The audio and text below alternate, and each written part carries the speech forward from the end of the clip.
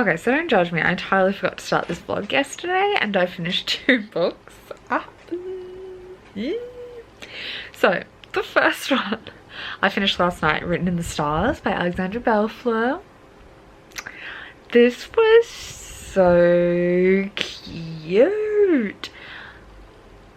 This is a sapphic romance between Elle, who's a like go with your gut type. She runs a very popular social media branding of like astrology memes, and they've made a deal to work with a dating app to develop some like astrological stuff for that. And the dating app developer, his sister came off the back end of a bad breakup and he's trying to set her up on dates, so sets her up with Elle. So it's a little like blind date. I'd say they're like rivals to lovers, but they get off on the wrong foot. And Elle's looking for her like soulmate, and Darcy doesn't believe in soulmates, and B is like, I don't want a relationship right now, like I have my heart broken and I don't want to do it again. So she's all like rough around the edges on that front, but very put together otherwise. Yeah, they fake date to get out of so that Darcy doesn't have to worry about Brendan, her brother, trying to keep setting her up. And so Elle agrees to fake date, and it very quickly turns into not fake dating. But obviously just with some complications, and it was just so cute. It was adorable. I gave it 5 stars. Literally the only thing I wish it had was like an extra epilogue. Like, I think those like 3 later epilogues are corny but necessary, because it feels weird for them to just have a, okay, yeah, we've sorted out whatever 3rd act problem we had, kiss, bye. Like, it seems too quick. It needed an epilogue, in my opinion. But anyway, I gave it 5 stars because it was so good. And then today I finished listening to, today's Monday, I finished listening to The Hating Game by Sally Thorne, which I ended up giving 3 stars. I didn't love it, mostly because I thought it needed dual POV between Lucy and Josh. This is a rivals to lovers office romance based on the was it Penguin Simon and Schuster? No, it was a Penguin Random House. The Penguin Random House merger. So they're like the executive assistants for the 2 CEOs, and they have like a little rivals thing, but he's totally into her. He's just kind of like, he's like the slightly mean or like off-putting because he cares vibe, but she doesn't see it, and it's frustrating for how long he's there like buying her flowers, trying to take her out to dinner. Like, he's even like straight up flirting, because they've like been rivals for like a year at this point, and he's straight up trying to flirt with her and she just doesn't see it. So I kind of wish we got some of his perspective of like how these interactions were playing out, or she was just a little less dumb. Like, it just felt, I was like, it's obvious. It's not subtle. Why are you not, why do you still think he hates you? Like, I couldn't get it, but the ending was cute, so there was that. So I ended up giving that 3 stars. I get why people love it. I just didn't. I don't think the narrator helped. She had a very, like, you could hear her like swallows and things in the way it was recorded, which I'm not a fan of. And she was just very, I don't know, she just didn't suit my tastes. I didn't think there was particularly anything wrong. She just didn't suit my tastes. Anyway, what am I reading next? I'm listening to Boyfriend Material by Alexis Hall, which, yes, it is my like 2nd Alexis Hall in a very short period of time. I finished the last one last week, in the last vlog, but I can't help it. I wanted to, because Rosalind Palmer Takes the Cake was so good. So now I'm reading boyfriend material. I'm like one chapter in, so I can't really comment. The other thing I'm going to read today, I'm going to read all of, I'm definitely going to because it's only short, Get It Right by Skye Killayan, which is a novella. The sequel to this is going to be a polyamorous triad, but this one is a sapphic romance between a plus size main character and a butch who's a nurse, and pansexual, and then a butch lesbian who's out from prison on parole, and it's their like second chance romance. It is really short, it's like 130 pages. So I'm definitely going to be finishing it today. I'm excited about it, and I'm very, very excited for like the rest, like continuing this series, because yeah, book 2 is a bit longer, I believe, if I remember correctly. Yeah, like 100 extra pages, and that one is a road trip, a polyamorous romance road trip story, which looks so fun. And then the third one, that's not coming out till like later in the year, I think, is Fake Dating, and both of the main characters are bi, and they're all meant to be high heat, so I'm excited. But yes, so I am very, very keen to read Get It Right. I'm very excited about it, and I should be finished in no time because it's short. And then after that, I was gonna read Spoiler Alert by Olivia Dade, but I think instead I'm gonna read The Wisteria Society of Lady Scoundrels next, which is a historical romance, because I want to, and it's sitting here staring at me, so I think I'm gonna read this after Get It Right. So yeah, that's my plans. I'll try to remember to update you. I don't even know when I last updated you, so vlog has officially gone off the rails, but the other night I finished Get It Right by Skye Killayan. Did I talk about that? I have no idea. I could be repeating myself from a thing you heard literally 10 seconds ago, but this is a novella. I think I must have talked about that. It was really cute. It's a ex-con parolee nurse, second chance romance, lesbian, pan dynamic, sapphic. The sequel is polyamorous, so really I was reading in preparation for that, which comes out in March, but it was cute. I give it 4 stars, I think. I just finished Boyfriend Material by Alexis Hall. So I gave it 5 stars. I'm officially obsessed with Alexis Hall's writing. Something about awkward British humour, middle class posh, is like so funny to me. I don't know why, but it is. Like Miranda, love Miranda. I think I've already raved about how much I love the show Miranda in this vlog, and this very much is the same vibe, as was Rosalind Palmer. Do I literally sob at self-sabotaging breakups? Yes, I do. Did this have one of those? Yes, it did. And I was mad but emotional. Like mad in a way it made me feel things. So this is really cute. Boyfriend Material is like, for some reason I thought it was like a royalty romance, probably because it got advertised as akin to Red, White and Royal Blue. It's not at all like Red, White and Royal Blue, except maybe that it's a queer friend groups and stuff. But we follow Luke, whose dad is a rock star, and Oliver, who's a lawyer, posh type, and they agree to fake date. They like have mutual friends, but nothing's ever happened before between them. And they agree to fake date because Luke got some bad press for basically just like being at a party. And it's coming down badly at work, and so he's got to try and like revitalize his image and be a good gay. I'm not convinced the cats aren't trying to eat chicken that I've cut up. Oh, it's still safe. Okay, good. Don't eat the chicken. And so he's trying to prove he's like a good gay, but like he knows that's like it's an unrealistic standard and it's not really a big deal, but he's trying to do that for work so he doesn't get fired.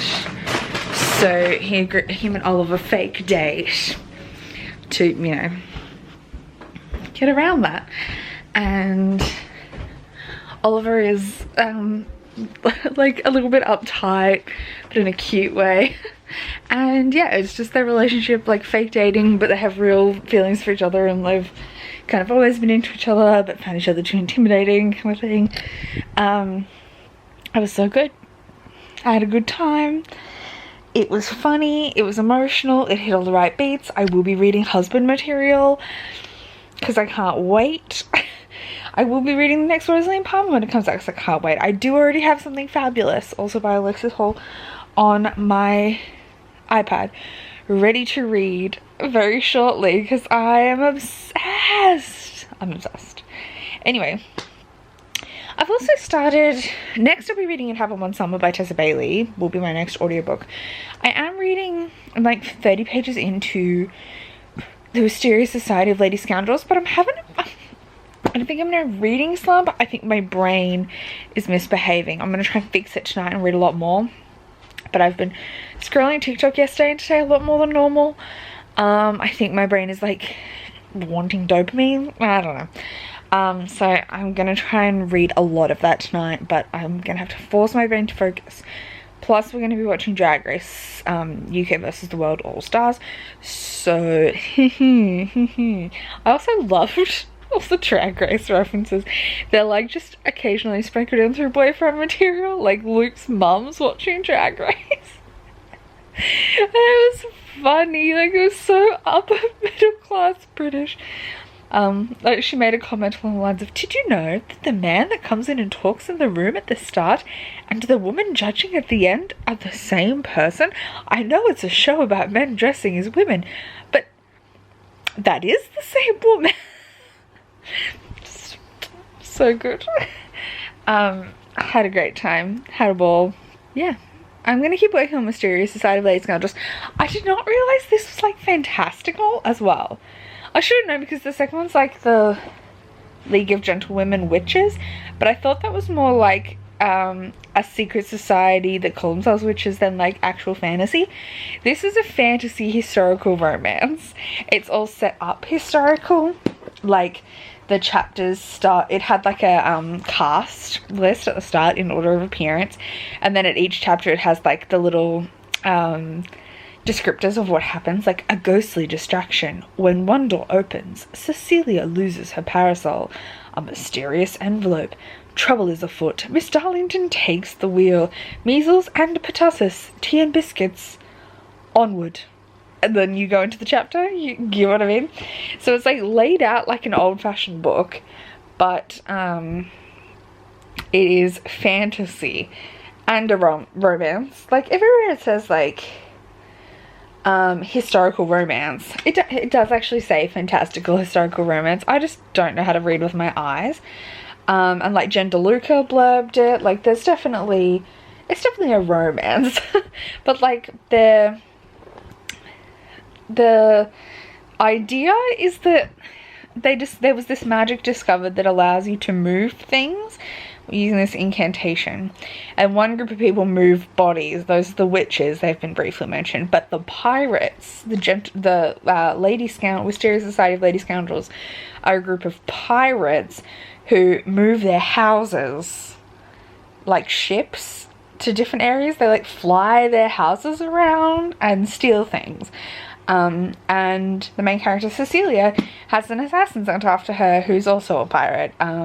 Obviously chaos and piracy and romance will ensue. I'm not very far in, but it was like not what I was expecting, but also exactly what I was expecting, and I'm enjoying it. But I started it kind of late yesterday, and as I said, having a hard time like focusing on one thing, so I'm going to try and double down today and try and get a lot read.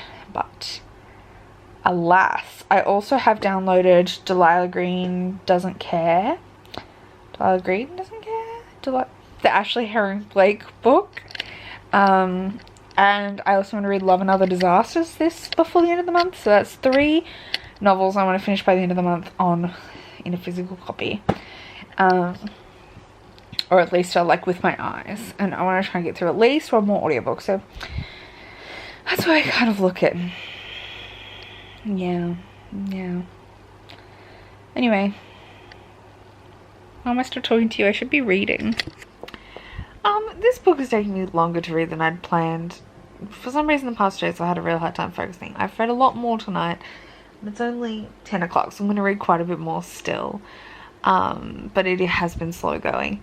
Not because of the book necessarily, though I do think perhaps there's a little bit of an issue of like, I really struggle getting through the first 100 pages-ish of a book if I can't see at least like the idea of a trajectory, even if there's a twist that then throws that trajectory off. I need some kind of driver, especially in the first 100 pages, otherwise things go really slowly. This has kind of suffered from that, but the characters and the world are really fun and interesting, and I'm checking in with you because I just read the most bizarre scene, and taken out of context I don't think it's a spoiler, so I'm going to tell you about it. We have this scene where Cecilia and Ned, the two main characters on the cover, are with an old lady. They're trying to break into her house, steal her house, as you will, because this story includes flying houses, which is very clear from the start. And Ned dives into her chesticle area, goes hunting in her bosom for the key to the house, and he pulls out a key, and then she says, no sir, that's not the key to the house, that's the key to the place where I keep the key to the house. And then she pulls up her, like, is messing around under her skirts, and Cecilia says chastity belt, or mouths it to Ned. And she unlocks her chastity belt and pulls out the key to the house. I'm so uncomfortable, but also it's so funny at the same time. I'm like mortified. And the key was described as slightly damp. This is worse than moist. Slightly damp. No, I can't cope. I'm deceased. I am deceased. Anyway, I'm gonna keep reading. Hopefully I can finish it tomorrow, is my goal. Tomorrow's Friday. I haven't really started my audiobook yet either. Today kind of got away from me audiobook wise, as did yesterday. Didn't really read any audiobooking, but I'm gonna try and read a bit of my audiobook tomorrow. But yeah, slightly damp. Ew. An old lady too. Like, I mean, there's nothing wrong with, like, it's not aging poorly. Like, they age, but like, oh, slightly damp. I can't even remember when I updated you last because it's been a time. It is now Sunday afternoon. Tomorrow's the last day of the month. I finished the Wisteria Society of Lady Scoundrels this morning, which is like days after I intended to. But it just kept dragging. And I think my problem with this is not the book itself. I thought it was a fine book. It was funny at times, silly. The world was zany and interesting. And I had a good time with it, but it was not what I expected, so it kind of threw off my whole vibe. I would say this is like hardly a romance. It's more a historical comedy that just happened to have a romantic element. Like, to me, it did not scream romance. It didn't have a whole lot of chemistry, and I feel like maybe that's just in how it was marketed to me, that I missed the memo that it wasn't really a full romance. But for some reason I had it in my head that this series was a series of historical romances, and I just don't think that's what this is. I don't give it a 3 stars for the bit that made it hard for me to push through it, and it took so long, was that it doesn't have a strong drive towards the conclusion. Like, you couldn't really see where the end was gonna, like, not where it's gonna go, but like I didn't feel like the characters had a strong goal, or it wasn't at least driving enough to keep me absorbed. Like, it was really easy for me to step away from this, and I spent a lot of my time scrolling TikTok when I could have been reading this. The other book that I was reading at the same time, which was unrelated to this vlog, also was causing me some slump issues. So between the two of them, it was just really slow going. Anyway, I gave it 3 stars. The characters were fun. The plot was fun. If we put it on our 5-point scale, which honestly it feels like forever since I've even put a book on the 5-point scale, because it's been so slow going reading these, this book I would give it a 3 stars for star rating. Characters, not characters, spice is like a 1. No, we'll call it maybe like a 2. There was one scene with a little bit of chaste detail. On the cute factor, I'd give it also a 2. Like, again, the romance is really not the focus of this story in the slightest. Plot-wise, it's a 5 because it's all plot. And I wouldn't date either. No, I probably wouldn't date either of the characters. But that's more about the historical context and like the campiness of it than anything else. Anyway, now I've started this afternoon, Delilah Green Doesn't Care by Ashley Herring Blake, which I'm really excited about. So the 3 things I'm going to try and finish before the end of the month, and therefore the end of this vlog, but I'll keep up the vlog until all 3 are done, even if I don't quite finish the last one by the end of the month. I'm reading Delilah Green Doesn't Care on my iPad. I have Love and Other Disasters by Anita Kelly out from the library, and I'm listening to It Happened One Summer. It Happened Last Summer by Tessa Bailey. It Happened One Summer on audiobook. So those are the last 3 things I'm going to read for this vlog. I'm real mad about it, to be honest, that I couldn't get through that other book with any kind of speed, because I could have popped in like another 2 books, I feel like, if I could have got that done, but it just dragged. I had some other things I had to do, but I could have read more. There were so many times I was scrolling TikTok that I was like, I should be reading, but there's just no motivation to pick it up. I don't know. Anyway, I'm aiming to read, it's currently 2 o'clock, I'm like maybe almost 50 pages through Delilah Green Doesn't Care, and my aim is to finish it today and start Love and Other Disasters today, because it is Sunday, tomorrow's the last day of the month. I'm gonna try it. Let's try it. The humidity is really like doing something to my hair, but I just finished listening to the last audiobook of this vlog. It's Monday. That book was It Happened One Summer by Tessa Bailey. I enjoyed this. Do I think it's empirically good? No. It was generally good, but there were a few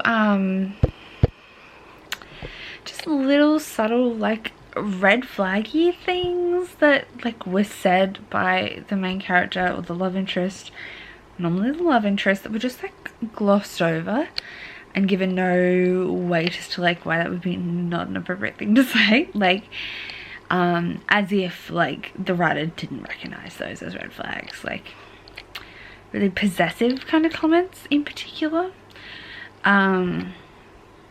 And it wasn't even like within the context of a scene or something, like where the possessive dialogue is like pre-negotiated as part of like a BDSM scenario. It wasn't like that. It was just like, it was meant to be a like sweet but sexy rom-com. But yeah, there were these occasional moments of dialogue that I was like, I wouldn't want my partner saying that. Ooh. And a few like in the sex scenes, some ridiculous things that like dragged me out of the story. They were overall decent. Like, I explained them to April like hot, but also what the fuck. Some random like descriptions during the sex scenes, and I was like, ooh. Just not what you want. Not what you want.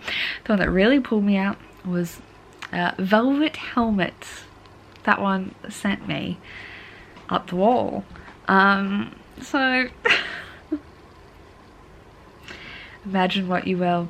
And I just I'm giving it like the equivalent of a 3.5. Bye! I'm rounding up because that's what I've been doing. So, like in general. So it's a 3.5 rounded up to a 4. I think I'll read book 2. Like, it was fun, but I understand why Tessa Bailey has this like weird reputation. Like, some people either obsessed with her or find her a bit weird. And I get that. Yeah, that was just some interesting choices, and they just like were presented with no depth or insight, so it really felt like she just didn't understand why his possessiveness would be a red flag. Like, he also like repeatedly not repeatedly, it wasn't all the time, but there were multiple occasions where she stated something and he said, well, I'm gonna change your mind about it, like in a real pushy way. those were also like, maybe, and then it'd be like, well, he didn't bring it up again because he wasn't going to pressure her about it, but like, you actively said like, I don't want to do casual sex, I want us to be something more than that. And she's like, well, I don't only do casual sex. And he was like, well, I will convince you otherwise. So like, maybe like, don't be an asshole. But it wasn't framed like he was an asshole. It was like framed as if it was the hottest thing. Like, red flag. Anyway, overall, I think it was fun. If we take out the red flags, it would have been great. The weird sex references, it would have been great. But alas, so like a 3.5, rounded up to a 4 for the sake of how I do my ratings. Do I recommend it? It was alright. I didn't hate either of the characters. So on our scales, plot-wise, I think it had a decent amount of plot. We'll call it like a 3. It wasn't plotless. On a spy scale, it was like a 4.5, 4. Pretty detailed, if that's what you're after, but nothing like kinky. I mean, there was occasional butt stuff. I don't call that kinky. It wasn't in a kinky way. It was very minor.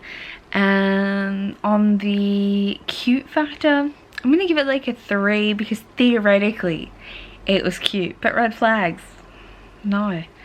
And I could maybe get behind dating the girl, the main character, Piper, but as a guy. Did I tell you what this was even about? This is a Schitt's Creek inspired romance, and the main character, Piper, is like the Alexis of everything. From Schitt's Creek. She's very socialite. She doesn't know what money means. Like, she's never had to work a day in her life, and she just like goes about partying, and she ends up in prison for some kind of like indecent, it's not indecent exposure, but she ran a party where things got like out of hand, and she spent a night or like half a night in prison, and her stepdad decides to send her off to where her actual dad was from, to like gain some perspective. And then it's like a fisherman romance because he was from a fishing village and died on a fishing expedition. Yeah, like, I liked Piper, and like, if it wasn't for the red flags, I would have liked the love interest, Brendan, too. He was otherwise lovely. It was just this weird possessiveness, and like, yeah, it was almost like he was putting words in her mouth. Like, it was weird. Just occasionally. Most of the time it was fine. There'd be these random moments of it where it felt weird and kind of out of character. I don't know. So if we ignore those, he was great and I would have dated him. But those things kind of, Actually, would I have dated him? He kind of reminded me a bit of my dad. Maybe not. Maybe not. I don't have daddy issues like that. Yeah, that was my overall thoughts. I am still in the middle of Delilah Green Doesn't Care. I'm like 2/3 of the way through, really enjoying it. I I didn't realize this was like centered around a wedding, but it's a lot of fun. And I'm going to finish it today. I'm not going to even bother starting Love and Other Disasters. It's just getting bumped to next month's TBR. So keep an eye out on my social media if you want to see my thoughts on that. If it lines up alright, I might wrap it up in another little vlog where I talk about a couple of romances depending on how my month's schedule lines up. But yeah, I'm bumping that one. But yeah, so far I'm really liking Delilah Green Doesn't Care. This is a sapphic romance between Claire, who is a single mom who owns and runs a bookstore, and Delilah, who's a photographer, and they kind of grew up together. Delilah was Claire's friend's stepsister. That there was kind of like Claire didn't directly bully Delilah, but the group like really pushed Delilah out, and it was much more between the two sisters than it was anything to do with Claire. But there was this, yeah, very tense friendship scenario as children where Delilah like was not part of the group kind of thing. And then Delilah is back in town to photograph her sister's like 2-week wedding extravaganza to this guy that she has barely known for like 6 months. And the two best friends, Claire and Iris, are trying to convince Astrid, the sister, that her fiance is kind of rubbish because he's a dick. And Delilah's photographing the wedding, and then they've also got this like little undercover romance thing going on. It's really good. It's really wholesome. Like you can really feel how much the characters love each other. The chemistry is just so good. The smut so far has been really good. And I like that like all of the characters feel really fleshed out, and I'm excited to see what the next book entails. I have a feeling the second one's going to be from Astrid, the sister's point of view, because she's the character that obviously by the end, yes, Astrid Parker doesn't fail. It's going to be called. You can see that like she's not going to end up with the guy, obviously, because he's a dick. So I don't know who the love interest is. I think there's a teaser for it at the end of this book, but I haven't skipped ahead, so I hope it's sapphic. I've heard on the Goodreads there's some things that indicate it might be sapphic, and though she's not like an out she's not into women publicly so far in this book. But yeah, I'm really enjoying that one. So tonight I will wrap up this vlog and tell you my final thoughts on it once I finish it. I have like maybe 120 or 30 pages left, so it will get done tonight, and we'll wrap up this vlog. But I gotta go finish my work, so okay, so I did it. I finished Delilah Green Doesn't Care by Ashley Herring Blake, and this is my favorite thing for the whole month. So what a good way to end this vlog, this little romance month. It was so good. The characters were stunning. The balance between the relationship and the plot was like perfect in my opinion, and the plot was intriguing enough and heartfelt and like pulled at my heartstrings enough that like I never felt like it was just, sorry I'm out of focus, I never felt like it was just plot filling the relationship, but also it didn't feel like it was holding the relationship back speed wise, except for maybe like a brief moment at the start where I was like, oh, get this moving please, but like also not, like it needed that in the end. I talked about the plot before, but it was just beautiful. The smut was well done in my opinion, but also like all the character moments were great. Nothing felt contrite or too not stereotypical, too like obvious.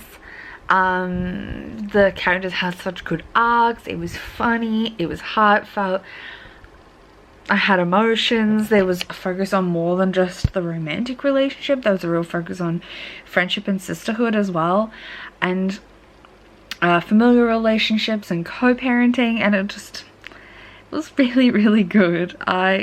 This was stunning. Obviously I give it 5 stars, if that was not obvious by my ranting and raving already.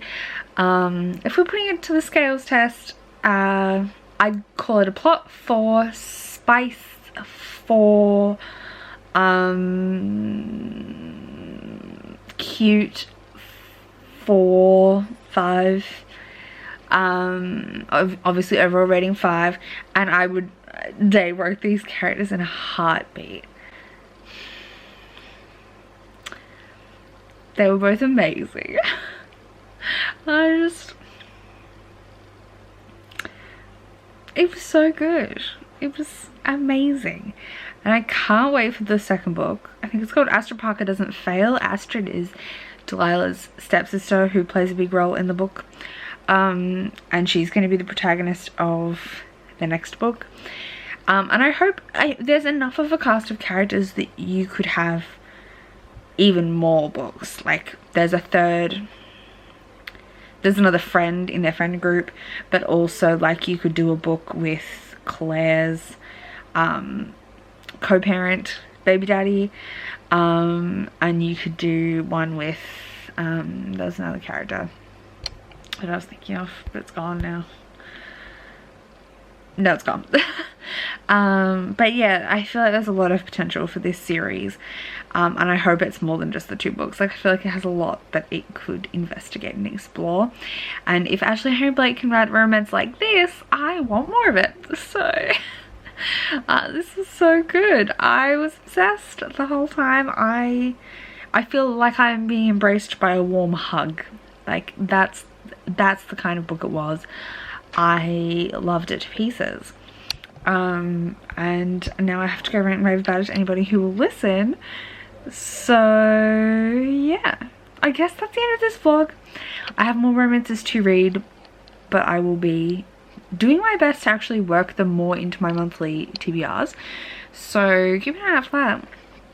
Me reading more romances on my channel. But just like occasionally, like just more occasionally than previously, like trying to get a couple in every month, and work my way through my big stack that I have that I would like to try.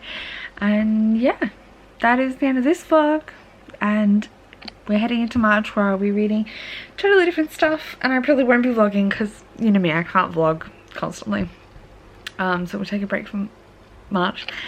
And then probably in April will be a bunch of readathons, I think, that I'll be vlogging for. So anyway, keep an eye out for my other content from me, and I will thank you so much for hanging around.